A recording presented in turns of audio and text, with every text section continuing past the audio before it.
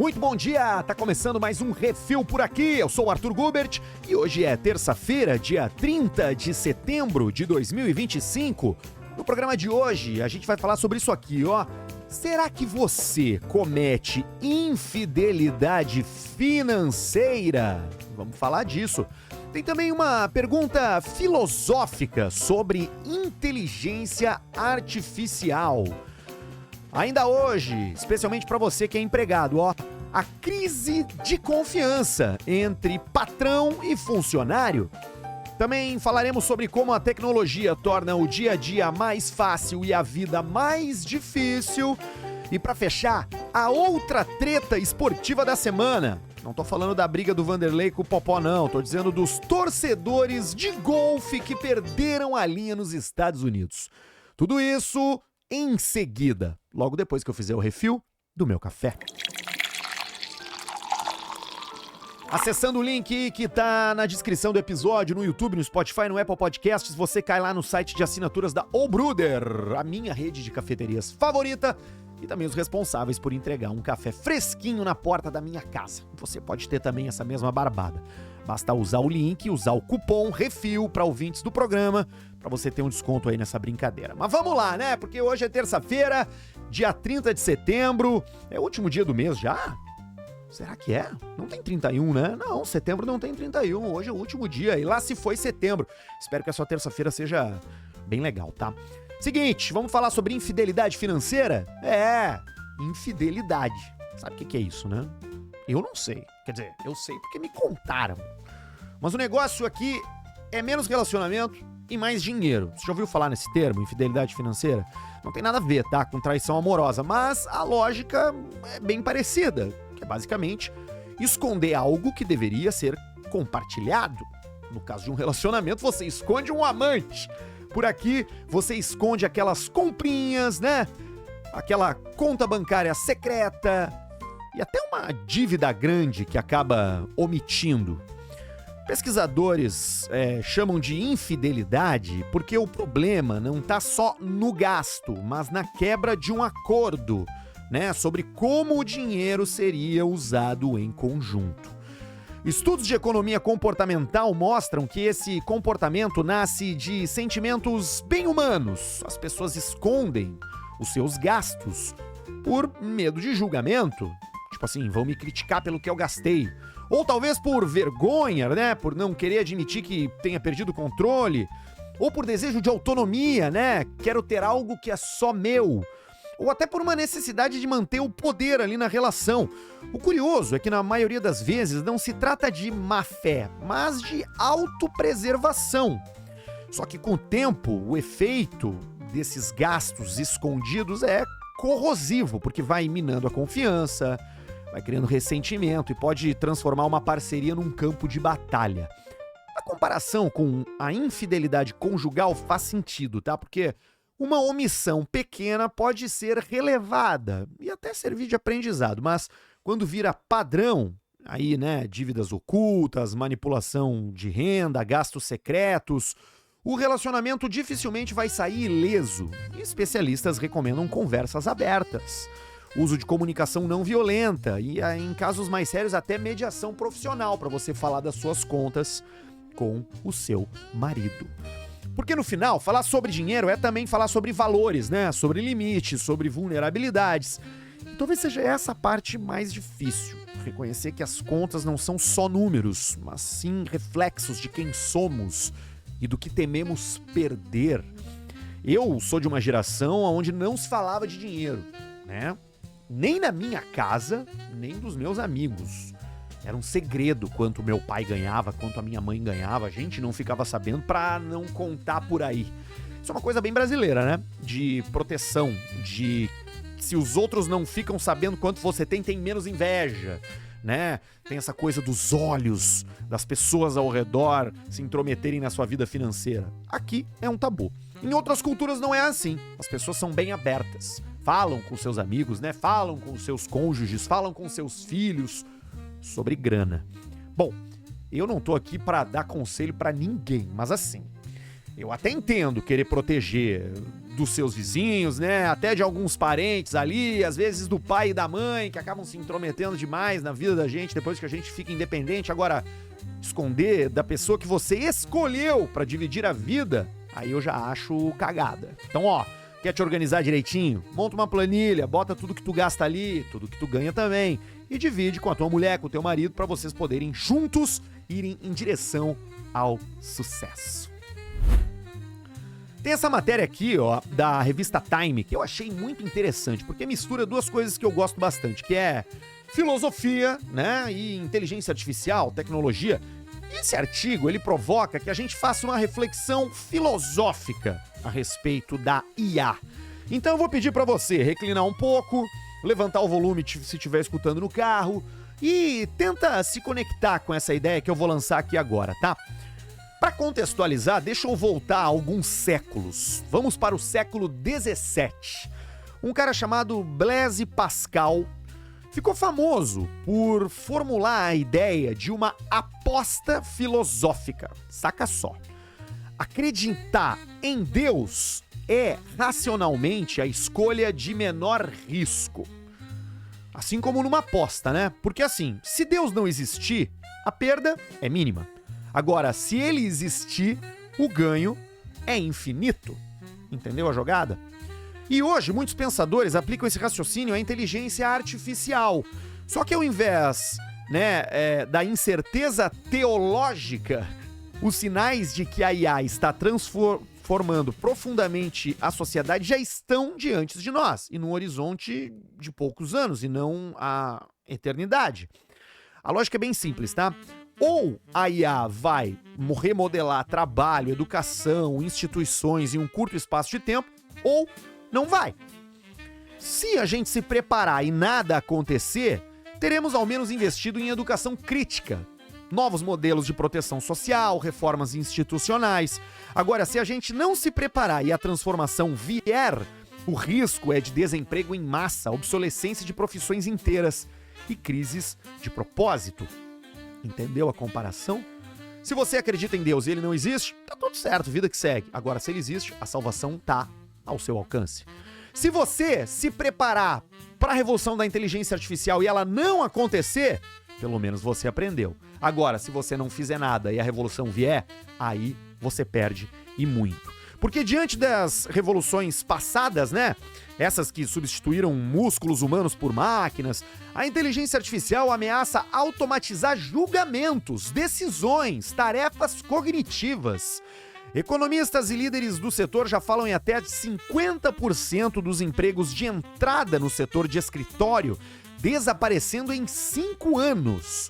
Não se trata de uma mudança lenta e gradual. A escala e a velocidade são inéditas. O que a gente faz então, Reforma sistemas educacionais que ainda treinam jovens para repetir padrões que algoritmos já dominam. A gente prepara políticas de renda desvinculadas do emprego. A gente pode adaptar sistemas de saúde, de justiça e de transporte para agentes híbridos humanos-máquina. E, sobretudo, a gente tem que refletir sobre como encontraremos significado em um mundo em que a inteligência deixa de ser um diferencial humano. Voltando para a provocação filosófica lá do nosso querido Pascal, se a gente estiver errado, vamos ter apenas criado sociedades mais flexíveis e reflexivas. Agora, se a gente estiver certo e não agir, o impacto pode ser devastador. O Pascal apostava no além. A nossa aposta é terrena e urgente. Ou a gente escolhe se preparar para a chegada da IA, ou seremos atropelados por ela. Bom, deixa eu falar um pouco para você sobre a minha experiência com inteligência artificial, porque semana passada eu vendi todas as minhas ações da NVIDIA. Eu compro ações e comprei as da NVIDIA numa queda bastante brusca que aconteceu em julho ou agosto, agora não me lembro, mas ela caiu bastante, aí eu comprei, E a partir dali ela cresceu. Com algumas posições da empresa, tipo investir não sei quantos bilhões lá na OpenAI, com a recomendação de venda, pra China. Subiu o papel, quando ele chegou na alta histórica. Eu olhei para essa história aqui de IA, bolha, será que vai transformar o mundo mesmo? E vendi tudo. foi uma boa ideia, porque depois que eu vendi, ela voltou a cair. Então vendi na alta. Tive um lucro aí de uns 12 a 15% desde que eu comprei. Por que eu tô dizendo isso? Porque eu também acho que a gente exagera um pouco com inteligência artificial, tá?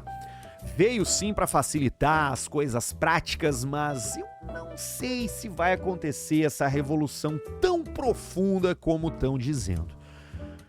Então, cautelosamente, vendi as minhas ações. Mas também estou me preparando para esse mundo onde empregos serão substituídos, onde tarefas serão automatizadas, e o Refil passa muito sobre essa minha forma de enxergar o mundo, porque aqui você tem acesso a algo que a IA não vai entregar.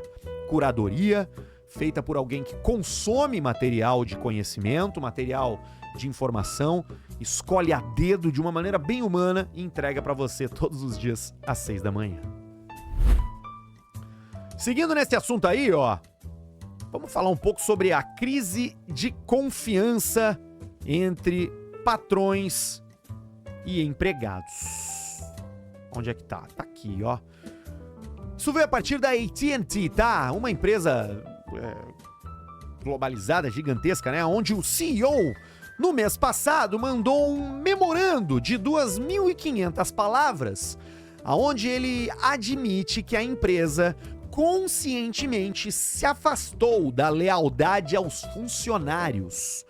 Isso soou como uma confissão rara e brutal do que muita gente já sente na pele, né? Essa relação de confiança entre empresas e colaboradores que por décadas sustentou carreiras e famílias está ruindo.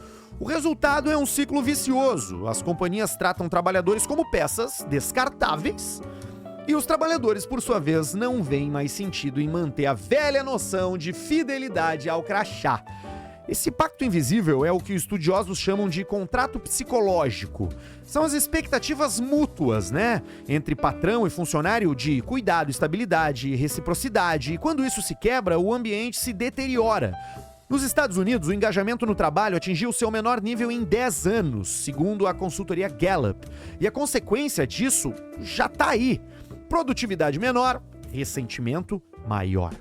É um cenário em que o trabalhar pelo coletivo dá lugar ao cada um por si. Isso aí mina não só as empresas, mas também os laços sociais. Curiosamente, a própria AT&T foi pioneira no contrário disso. Eles que meio que criaram o conceito de vestir a camisa da empresa, porque em 1913 eles inovaram, oferecendo pensões, auxílio a doentes e até casas de descanso para telefonistas exaustas.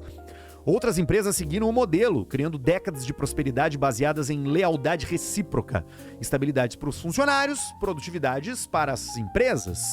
O problema começou nos anos 80, com a globalização e com a pressão por resultados trimestrais. E ali, a lógica mudou. Menos investimentos em pessoas, mais cortes de custos e o vínculo humano virou uma transação. Hoje, a pergunta é se é possível reinventar a lealdade sem prometer empregos vitalícios. Pesquisas mostram que os trabalhadores ainda querem se engajar, desde que se sintam respeitados, incluídos em decisões, apoiados no crescimento, mesmo que esse crescimento no futuro os leve para outras empresas. A lealdade pode ser, como escreveu o filósofo Josiah Royce em 1908, menos sobre permanecer para sempre no mesmo emprego e mais sobre servir de verdade a uma causa coletiva, mesmo que por um tempo reduzido. A crise atual talvez seja a chance de repensar esse pacto. Investir em treinamento real, ser transparente em tempos de crise, oferecer segurança mínima mesmo em contextos incertos, tudo isso pode reacender a confiança, porque a lealdade não precisa durar para sempre, mas precisa ser sincera. Esse assunto me interessa bastante, o assunto do trabalho, especialmente quando a gente fala em lealdade, porque é um valor humano sendo colocado à prova em modelos empresariais automatizados e focados, sobretudo, no lucro. Só que agora, meu irmão, as pessoas se fazem necessárias novamente, porque como eu disse agora, na notícia anterior, né? O que tem valor não é mais a velocidade de executar, isso aí tá ao acesso de qualquer um. É a visão humana, o engajamento verdadeiro, o desejo por criar valor e por encontrar propósito no seu trabalho. E isso aí É só o ser humano que tem. Para manter essa pessoa perto de você, você precisa trabalhar a lealdade, né? Que você tem com o seu funcionário, porque aí ele vai devolver na mesma moeda. Como a tecnologia torna o dia a dia mais fácil e a vida mais difícil. Baita frase, né? Porque assim, a gente vive rodeado dela, né? Da tecnologia. Na forma do celular na mão, da inteligência artificial em todo canto, chat GPT para escrever e-mail, sistemas que prometem deixar a vida mais simples. Essa é a propaganda. Mas quando a gente para pra pensar, a gente nunca trabalhou tanto. Aonde é que tá o ganho de eficiência que nos venderam, hein? Sobre isso que a gente vai falar agora. Então imagina que você tá lá no aeroporto, tá? Um sistema moderno de biometria substituiu o passaporte. Você chega ali pra fazer o seu check-in, escaneia o rosto, libera a catraca. É mais sofisticado? É claro que é. É mais rápido? Nem tanto. No fim, a fila foi a mesma do que se tivesse uma pessoa ali pra pegar o seu passaporte. Isso é um exemplo da ilusão da eficiência. Ela é polida, tecnológica, mas não necessariamente melhor. Esse paradoxo aí tá em todo lugar, tá? Quero que você comece a prestar atenção no seu dia a dia. A gente usa software que anota a reunião sozinho, ferramenta que resume as nossas tarefas, chat GPT que organiza a agenda em contatos. Parece prático, mas tem um preço. Quanto mais terceirizamos a mente, menos registramos, menos entendemos e menos lembramos. É o que estudos atuais chamam de terceirização cognitiva. A tecnologia pensa pela gente e a gente perde musculatura mental. E ainda assim, mesmo com mais recursos do que nunca, a gente não tá folgado. A gente tá mais ocupado, mais estressado, mais sobrecarregado. Isso porque nem toda eficiência tem valor real, tá? A pergunta que a gente precisa fazer não é o que podemos automatizar, e sim o que realmente a gente precisa. Às vezes a melhor tecnologia é a que gera menos ruído, né? A que devolve presença, memória, clareza, porque enquanto isso, nós, afogados em telas e integrações, seguimos na busca de uma atualização que nunca chega. A conclusão é que mais rápido não significa melhor. A tecnologia pode ser poderosa, mas só faz sentido se estiver a serviço da vida, e não o contrário. Vamos fechar com essa aqui de esportes? Porque houveram duas tretas, né, no mundo esportivo nesse final de semana aí. É a do Popó contra o Vanderlei Silva lá, onde a briga foi mais legal do que a própria luta. E uma outra, que tem muito mais a cara do Refil, porque fala sobre comportamento humano e vem diretamente do mundo do golfe. Nesse final de semana aconteceu a Ryder Cup. A Ryder Cup é um dos eventos mais importantes do calendário do golfe, tá? Aonde, diferente das outras competições em que cada golfista compete pelo título para si, a Ryder Cup mostra dois times, um de golfistas americanos e outro de golfistas europeus. E foi isso que aconteceu nesse final de semana. A Ryder Cup de 2025 ficou marcada não só pela vitória do time europeu, mas pela conduta agressiva da plateia americana. Um comportamento que chocou muitos dentro e fora das cercas do golfe. Cada ano acontece num lugar essa competição. Esse ano foi nos Estados Unidos, então em 2027 será na Europa. Mas vamos entender o que aconteceu, tá? O Rory McIlroy, que é um golfista irlandês e o atual nome mais famoso do golfe, denunciou inclusive que a esposa dele foi atingida por um copo de cerveja arremessado da arquibancada. Essa hostilidade aí ganhou dimensões bem desconfortáveis. Inclusive o mestre de cerimônias lá do evento usou o microfone dele para puxar um "Fuck you, Rory" pro Rory McIlroy, esse golfista irlandês aí, junto com a plateia. Bom, o cara foi demitido imediatamente por isso, mas além dessa, outras musiquinhas foram cantadas, inclusive uma sobre um relacionamento do Rory McIlroy com uma jornalista americana. Então, tipo assim, os caras na arquibancada estavam perdendo o controle mesmo. Mas o que torna esse episódio ainda mais inquietante, né, é o contraste desse comportamento com a etiqueta tradicional do golfe, que é um esporte que sempre se orgulhou de valores como respeito, compostura, silêncio no momento da atacada. Então vê plateias berrando, interrompendo o momento que o cara vai fazer a jogada, insultando jogadores, né? E até atingindo familiares, né? Como a esposa do cara lá que atiraram um copo de cerveja nela. Isso tudo desafia o DNA do golfe, né? O status quo do golfe. É interessante notar que esse tipo de hostilidade pública personificada reflete algo maior que o esporte. E aqui que tá o meu ponto, porque é um esporte que sempre se orgulhou de valores como respeito, compostura, silêncio, né? A gente enxerga nisso um espelho da intolerância crescente nos relacionamentos atuais. Na vida moderna, muitos relacionamentos vivem sobre a lógica da vigilância e da agressão. No ataque verbal, no meme desrespeitoso, no cancelamento de pessoas. E no golfe, onde a elegância sempre foi parte do show, a gente vê isso extrapolar, né, pelo lado da plateia, é uma advertência. Em a linha entre competição esportiva e o consumo de drama da vida real tá ficando cada vez mais apagada e essas coisas estão se misturando. É vital que o mundo esportivo reafirme que vibrar por amor ao time é diferente de macular o outro. Quer respeitar o adversário? Faça isso sem xingar. Quer respeitar a regra? Faça isso silenciosamente. A dignidade individual precisa ser valorizada em detrimento da torcida pela vitória.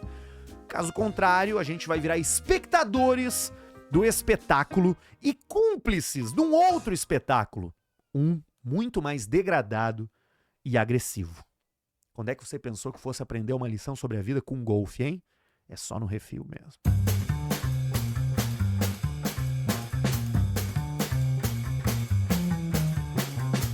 O programa de hoje vai ficando por aqui. Amanhã estamos de volta, às 6 da manhã, já sabe, né? No YouTube você se inscreve, curte, compartilha e ativa as notificações. Refil Podcast por lá. Já no Spotify você pode seguir o programa e compartilhá-lo, além de dar nota e também comentar. Por favor, faça isso. A gente está em vídeo, em todos os cantos, também no Apple Podcasts, para quem curte ouvir por lá. Eu sou o Arthur Gubert e para você participar comigo, basta mandar um e-mail para contato@refilpodcast.com.br. No Instagram é @refilpodcast. É isso? Falta alguma coisa? Falta algum recado? Não falta nada. Falta só eu me despedir e desejar que você esteja comigo na quarta-feira, primeiro dia de outubro desse ano. E que a gente possa juntos celebrar a chegada de um novo mês e mais assuntos para você começar o dia cheio de história para contar. Tchau, tchau.